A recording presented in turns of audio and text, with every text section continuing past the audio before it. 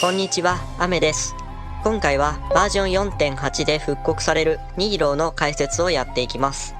未だに原神で唯一開花という元素反応の仕様自体を書き換えてしまうとんでもない性能をしており、癖は強いですが使いこなせればコスパ最強キャラの一角です。実際に今お見せしている動画では、ニーロー以外全員が配布でもらえるキャラを採用し、しかも全員が星1武器を装備して戦っています。それでもこの火力、凄まじい破壊力ですね。この動画ではそんなニーローの性能や強み、そしてそれらを活かすビルドや編成を解説していきます。動画の後半ではアタッカー型で遊びたい方向けのビルド解説もしていますので、ぜひ最後までご覧ください。それでは動画に入ります。まずは基礎ステータスを確認しましょう。ニーローは HP がとにかく重要なキャラ。基礎 HP は全キャラ中でもトップクラスとなっています。突破ステータスも HP と隙がありません。では、添付を順に見ていきましょう。と言いたいんですが、ここで先に開花反応の仕様を簡単におさらいしておきましょう。開花というのは水と草元素で発生する固定値系の元素反応です。固定値系の元素反応とは何ぞやという話ですが、これはキャラレベルによって基礎値が決まっており、そこに熟知のバフをかけて火力を出す元素反応の総称です。過負荷、超伝導、感電、燃焼、拡散、そして開花がこれに該当します。実際にキャラレベルを上げた時にどれぐらい基礎値が変わるのかを表にまとめました。開花は黄色い字の部分になります。レベルが80から90に上がっただけで基礎値が約 1.3 倍になっていることから、レベルによる恩恵が大きいのがお分かりかと思います。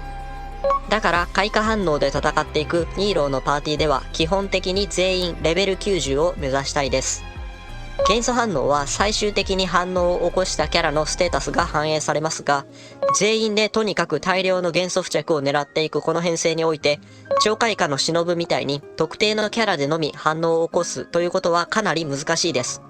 そのため HP を稼ぎたいニーローはもちろんのこと、一緒に編成するキャラもできれば全員レベル90まで上げておきましょう。そしてこの開花ですが、反応を起こすと草原核と呼ばれる物質が生成されます。これはフィールド上に最大5つ、各6秒間存在可能となっているので、6秒が経過するか6個目が生成された時点で古いものから破裂し草範囲ダメージを与えます。この際、破裂するときに敵に与えるダメージの 5% をこちらも受けるという仕様になっていますね。ちなみに、複数の草原核が一気に同時に弾けることもありますが、他の元素反応よりも手数が多いのでバランス調整が入っており、こちら側の事象、敵に与えるダメージの両方を含めて、1体に対して 0.5 秒ごとに最大2ヒットしかダメージが入らないという制限がかかっています。これ結構知らない方が多いので覚えておいてください。なお、草原核に炎元素や雷元素を当てることで開花はさらに強力な超開花や烈開花へと派生しますが、今回の動画とは無関係なのでまた別の動画でお話をします。では、開花反応の仕組みを踏まえてニーローの添付を見ていきます。ニーローはサポート型では固有添付がその性能の全てと言っても過言ではありません。まずはここから解説をしていきましょう。固有添付1つ目を開放すると、パーティーメンバーを水と草の2元素だけで組んだ状態で、ニーローがスキル3段目のステップを使うことにより、味方全体を金牌の豊穣状態にします。水付着状態とは異なる水滴のエフェクトが発動中の目印です。この状態にあるとき、味方が開花反応を起こすと、先ほど述べた従来の草原核というものの代わりに、豊穣の核と呼ばれるものが生成されます。この豊穣の核は普通の草原核よりも破裂時の攻撃範囲が広く、かつ生成されるとすぐに破裂するという特徴があります。これを活かしてパーティー全員でとにかく大量の開花反応を起こし、豊穣の核で戦っていくというのがニーロー独自の戦闘スタイルとなります。ちなみに、この豊穣の核はすぐに破裂してしまうため、超開花や烈開花には派生しません。また、基本的なダメージの使用は開花反応と同じなので、1体あたり 0.5 秒に最大2ヒットという制限や、与えたダメージの 5% 分はこちらも自傷するといった仕様は豊穣の核でも共通しています。この金牌の豊穣状態は継続時間が30秒となっており、ニーローのスキルはクールタイムが18秒なので、かなり余裕を持って状態を維持することが可能です。ニーローのパーティーで戦う際にはこの状態を保ち続けるようにしましょう。また、この状態にある時、味方の誰かが草元素攻撃を受けると、チーム全員の熟知が100アップします。豊穣の核による事象はきちんと草元素の攻撃に含まれ条件を満たすので、基本的には戦っていれば勝手に事象によって効果が発動すると思っておいてください。ちなみに、草元素攻撃を受けた時であり、ダメージを受けた時という表記ではないので、白術やキララたちのシールドがある状態で豊穣の核の破裂に巻き込まれたとしても、ちゃんと効果は発動します。固有添付2つ目は豊穣開花の火力アップ。固有添付1つ目だけでは開花が特殊な豊穣開花になるだけであり、ダメージ自体は普通の開花反応と同じです。豊穣開花の火力をとんでもない数値へと引き上げているのがこの固有添付2つ目。ニーローの HP 上限が3万を超えているとき、超えた数値1000ごとに豊穣の核によるダメージがプラス 9% されます。これだけだと HP1000 未満の差数は切り捨てられるように読めてしまうんですが、実はそうではありません。システム上は HP1 ごとに豊穣の核のダメージが 0.009% 上がるという計算になっています。そして、この方法でアップできる豊穣の核のダメージは最大で 400%。ニーローの HP が 74,444 ある時に最大値となります。そしてこれ、意外と知らない方が多いんですが、この開花のダメージ 400% プラスという計算、一体どこにかかってくるのかというと、キャラのステータス画面の熟知の部分を押してもらうと出てくる、こちらの熟知による恩恵という数値、このバフ量のところに直接ニーローの最大 400% の数字を足し算する形となります。つまり、この固有添付によってニーローは自身の HP を味方全体の熟知バフに変換しているということに相当します。熟知は元の数値が高いほど1上げた時の価値が下がっていきますが、それとは関係なく熟知がいくらあろうが固定のパーセントをバフするこの仕様というのは非常に強力。熟知が0のキャラは約熟知700相当になり、400あるキャラは実際には1500相当の開花反応を起こすようになります。とんでもない熟知のバフ量ですね。モチーフ武器を持っていなくて祭礼の剣とかを装備するとだいたい HP が5500ぐらいになりますが、それでもバフ量は約 225% 程度。熟知0のキャラクターは300ちょっとに。元が400程度のキャラクターは900ぐらいまで上がります。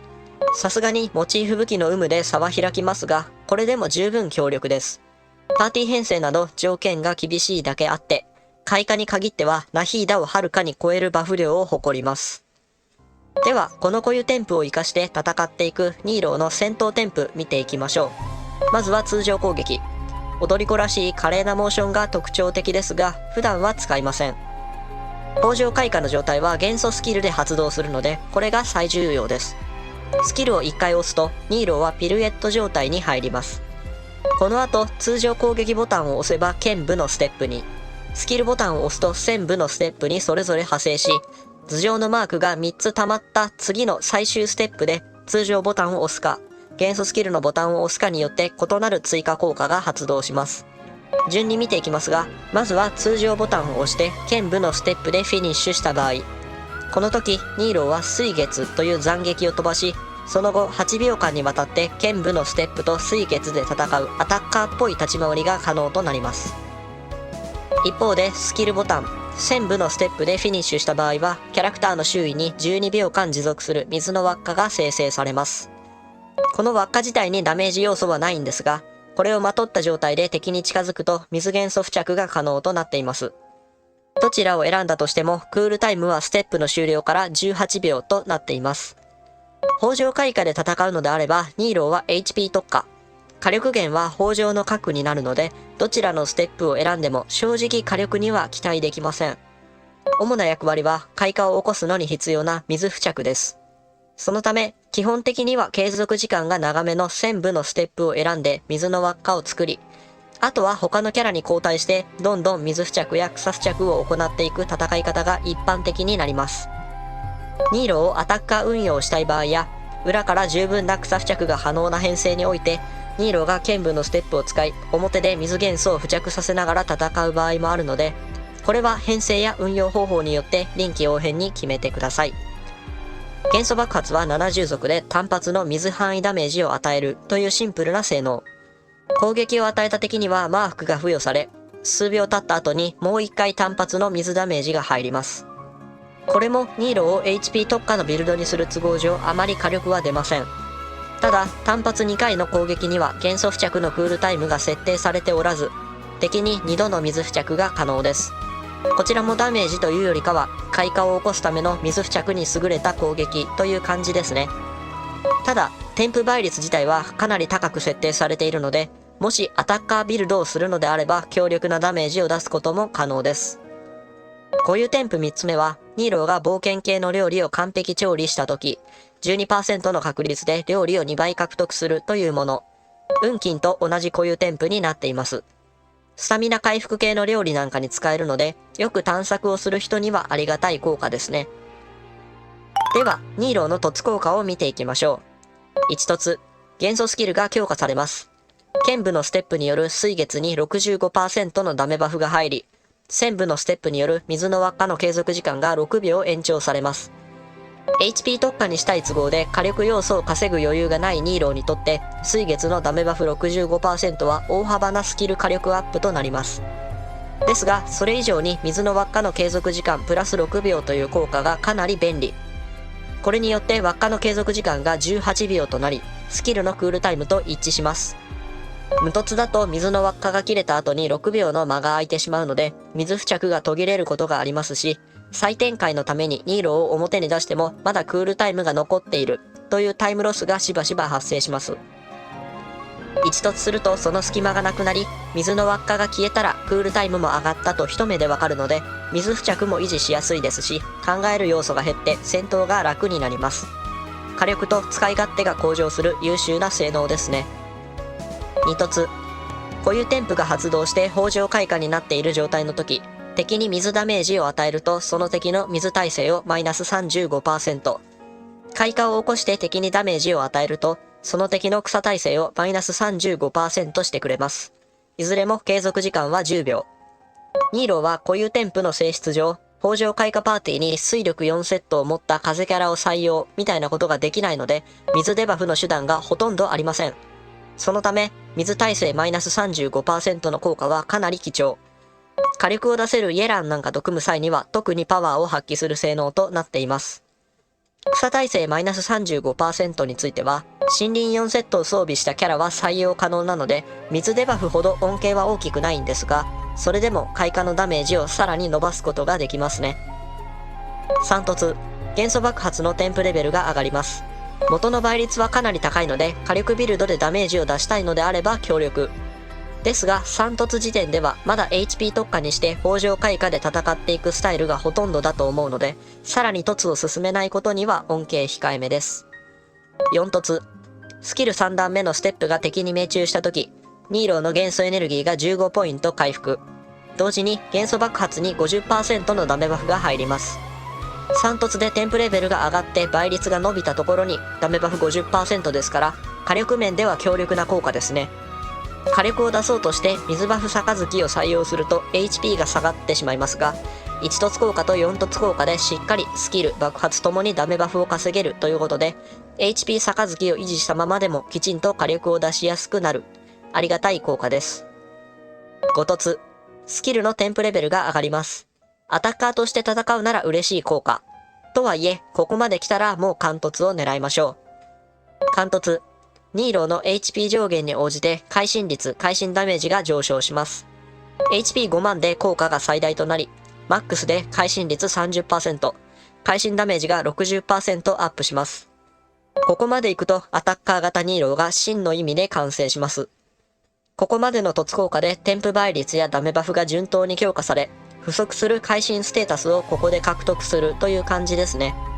凸効果だけでバランスの取れたアタッカーの出来上がりです。こんな風に、ニーローは無凸からサポーターとして非常に優秀ですが、凸を進めるごとに順当にアタッカーとしての火力性能が強化されていき、貫突まで行くと HP 特化の北条開花ビルドを維持したまま、率ダメもダメバフも稼いだアタッカーとして立ち回ることが可能になります。ただ正直、アタッカービルドは本当にニーロを表に出して戦いたいという方が目指すビルドであり、無凸から北条開花が十分すぎる火力を出してくれるので、基本的には無凸のままで OK。貫突まではいかないけど凸を進めたいというのであれば、スキルの使用感が改善される1凸。開花のダメージを伸ばせる2凸あたりで止めておくのがおすすめになります。では、おすすめの武器の紹介です。圧倒的にモチーフの聖剣の鍵が推奨となります。無凸でもニーローの HP を13000ほど稼げる武器であり、HP の目標数値が74000超えと高水準のニーローにとっては、この武器の価値が非常に高いです。HP を稼いだ時のバフ量は前半で説明した通り。おまけに、スキルを3回的にヒットさせるだけで、味方全体に HP 参照の10口バフが可能という点も強力。ニーローが装備して仮に HP7 万に到達した場合は、自身に約400。味方には140の熟知バフが可能です。ただでさえ固有添付による実質的な熟知バフを上限近くまで引き上げてくれる上、追加の熟知バフまでついてくる。モチーフ武器を取っているか否かで、北条開花の火力が1段階2段階変わってくる非常に強力なものとなっています。とはいえ、前半で言った通り、モチーフ武器がなくても十分すぎるぐらいパワーを持っているのがニーロー。さすがに聖剣の鍵には及ばないんですが、他にも武器候補はちゃんとあります。HP を稼げる片手剣としては、同じ星5の弾丸結録もおすすめです。正直、アタッカー運用しないなら会心率は不要なんですが、武器効果で HP が稼げるので、それだけで採用する価値があります。ニーロをアタッカー型にしたいというのであれば、かなり適性の高い武器候補となるでしょう。それ以外に HP が上がる片手剣は星4の選挙剣。これは星4番聖剣の鍵みたいな性能をしていて、回復を必要としますが、熟知バフやエネルギー回復が可能です。ニーローの北条開花パーティーは自傷対策でヒーラーを入れることが多いので、武器効果を発動させやすく、使い勝手の面でもそこそこ良好ですね。現状、HP が上がる片手剣は今挙げたこの3種類しか存在しません。それ以外となると HP 以外の要素を求める形となります。開花で戦っていく以上、熟知が稼げるサイフォスや鉄砲の差しは候補としてはありです。HP で実質的な熟知バフが可能なので、HP の方がどうしても価値は高いんですが、熟知が無駄になるというわけではありません。特に鉄砲は単造で手に入りますし、他に武器がなければ無凸でいいので一つ作って装備させてみてください。また、ニーロー無凸の場合はスキルのクールタイムが若干気になるので、それをリセットしてくれる祭礼の剣もおすすめです。北条開花の起動にスキルを複数段使うので、ほぼ毎回武器効果を発動できる点でもおすすめと言えます。アタッカー型をしたい場合の武器ですが、キャラの凸が進んでいるなら聖剣の鍵。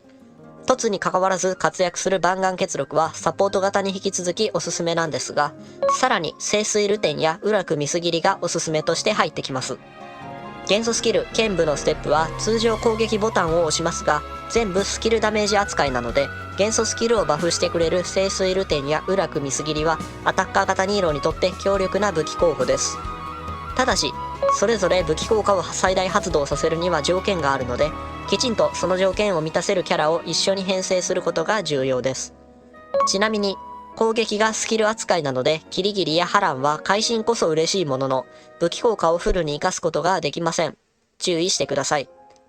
星4武器だと元素スキルを強化できるローガやサーンドルが火力的にはおすすめ。使用感では祭礼の剣が強力です。剣舞のステップはスキルダメージ扱いなので全てが祭礼のトリガーとなります。クールタイム18秒に対して継続時間8秒と短めの剣舞のステップですが、祭礼を使うことにより継続時間を約2倍に伸ばせます。アタッカー型はサポート型と比べて HP 要求がそこまで高くないので、持っている武器から使える編成に合わせて選んでみてください。聖異物ですが、サポート型ならダントツで HP 特化の洗顔火塊2セット複合がおすすめです。HP の目標数値である74000超えは正直モチーフ武器があったとしても厳しい水準なので、基本的にはこれ一択です。この2セット複合は他にも使うキャラが何人もいるので、1セットは作っておくことをお勧めします。それ以外の候補は全て妥協になりますが、熟知を稼げる聖異物を2セットで組み合わせるのもつなぎとしては OK。ただし、楽園4セットは開花のダメージを上げてくれる優秀な生異物に見えますが、ニーローにはいまいちです。この生異物で稼げる開花ダメージ最大 80% プラスというのは、ニーローの固有添付と同じバフになります。確かに洗顔火塊の HP40% によるニーロー固有添付のバフ量と楽園4セットを比較すると、一見楽園4の方が上回っているように見えるんですが、効果の発動と重ね掛けには装備者自身が開花を起こす必要があります。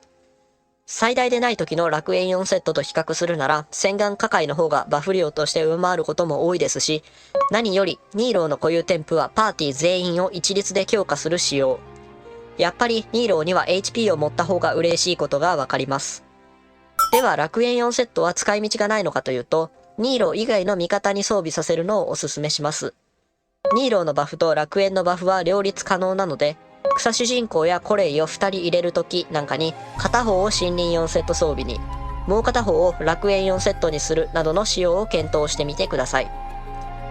アタッカー型については、同じく洗顔火塊で HP をがっつり稼ぐのも一つの選択肢ですが、凸が進んでいない場合はダメージバフが不足しているので、剣舞のステップを強化できる黄金2セット、スキル爆発ともに強化できる沈殿2セットや水仙2セットなんかを組み合わせるなどして火力を出していくのがおすすめです。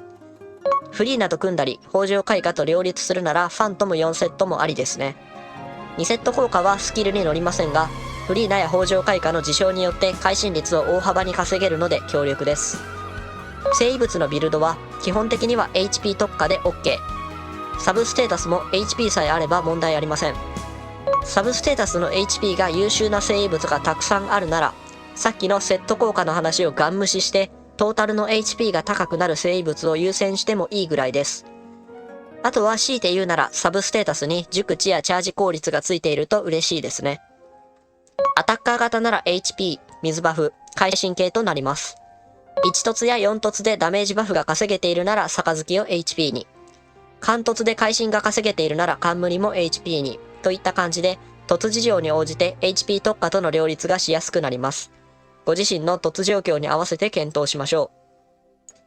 う。この場合のサブステータスは会心の価値が高く、時点で HP となります。貫突していたとしても、貫突効果のフル発動には HP5 万が必要となりますので、それを考慮してビルドを組んでいきましょう。添付の育成優先度ですが、北条開花で戦うならぶっちゃけ全部添付レベル1で OK です。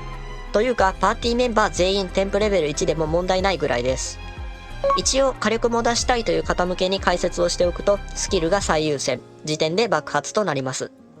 よほど物理型ニーローに強い愛着があるという場合を除いて、どの方であっても通常は上げなくて OK です。相性のいいキャラクターですが、固有添付の使用上、北条開花であれば水、草のキャラ限定となります。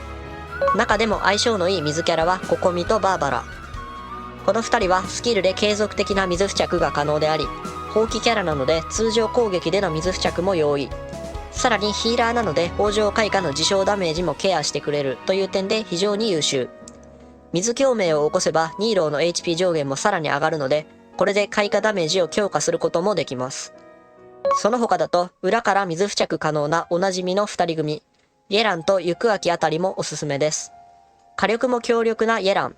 耐久性と水付着に優れたユクアキということで、草元素のヒーラーかシールドキャラがいるなら採用すると強力です。草キャラのおすすめはダントツでナヒーダと白術。草付着に優れているのはもちろんのこと、ナヒーダの元素熟知バフ、白術の回復と草元素反応の強化が相性抜群です。ちなみに、白術の固有添付は HP 上限に応じて草元素反応を強化するというものですが、これ実はニーローの固有添付と全く同じ仕様になっています。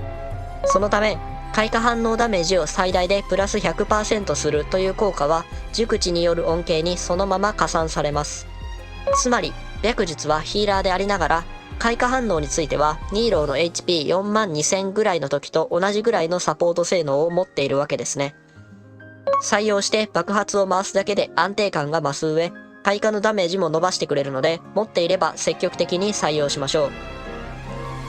この2人が圧倒的な適性を誇るとはいえ、他の草キャラたちもみんな優秀です。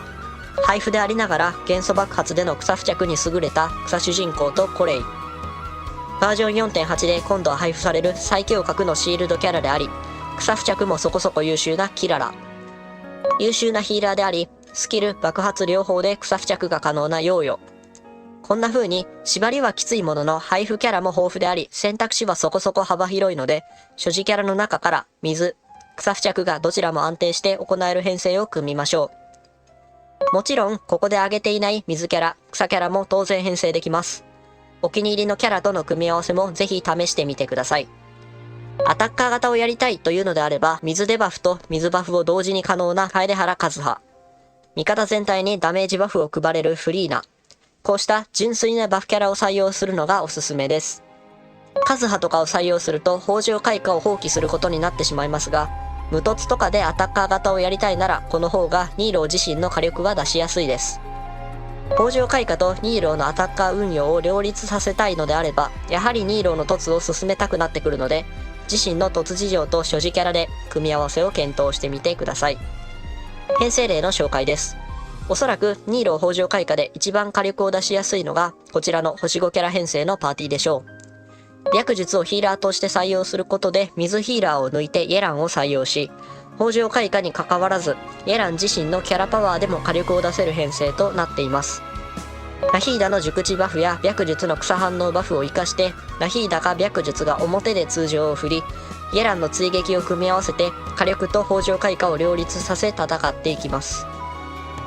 星5キャラそんなに引けないよという方もご安心。ニーロー以外全員配布の星4キャラで組める編成も十分強力です。これまで配布の草元素枠は爆発主体の草主人公とコレイが主に担ってきましたが、バージョン 4.8 配布のキララを採用することでさらに安定感が増し、スキルで手軽に草付着することも可能となりました。無課金の方にとっては非常にありがたいコスパ編成です。そして無凸でもニーローをアタッカー型にして戦いたいというパーティー。瞬間火力だけだったらシャンリンとかを入れて蒸発を起こすのが強力なんですが、HP 参照のニーローにはベネットが噛み合わないので、炎キャラ1人で入れることになってしまい、シャンリンのチャージが回らないので現実的ではありません。したがって、ここではダメージバフと耐性ダウンを主軸としたハイパーキャリー編成を用意してみました。所持キャラや好きな戦闘スタイルに合わせて編成を考えてみてください。私はこんな編成で北条開花、あるいはアタッカー型をやってるよ、というのがありましたら、ぜひコメント欄で教えてください。他の方の参考にもなるはずです。どうぞよろしくお願いします。では最後にここまでの話をまとめます。ニーローというキャラクターは自身にとにかく HP を持ってパーティー編成を水、草の2元素に絞ることにより、北条開花という特殊な開花反応で戦っていくスタイル。特に集団戦においてパワーを発揮するキャラとなっています。無凸の時点では固有添付が性能のほぼ全てみたいなキャラになるので、添付レベルは火力ビルドにしない限り上げなくて OK。そしてモチーフ武器が引ければ理想ですが、生異物とかでとにかく HP さえちゃんと稼げていれば、どんな武器でもそこそこ十分な火力を出してくれる。おまけにニーロー以外の全員配布キャラクターであったとしてもきちんと火力を出せるパーティーが完成する。こうしたコスパよく高火力を出せるキャラがニーローです。凸を進めるごとに順当にアタッカー要素が強化され、自身で火力を出していくことも可能となります。ですがこれ、逆に言えばサポート型としてはほぼ無凸で完成されているキャラとも言えます。これも無課金の方にとっては非常に嬉しいポイントですね。螺旋なんかの集団戦を素早くクリアしたいという方にとっては、ニーローの編成は本当に強力。元素反応の仕組み自体を変えてしまうという唯一無二の性能も、そのきつい縛りゆえに与えられた実質的な熟知バフの強力さも未だ健在です。集団戦に強いパーティーが欲しいという方、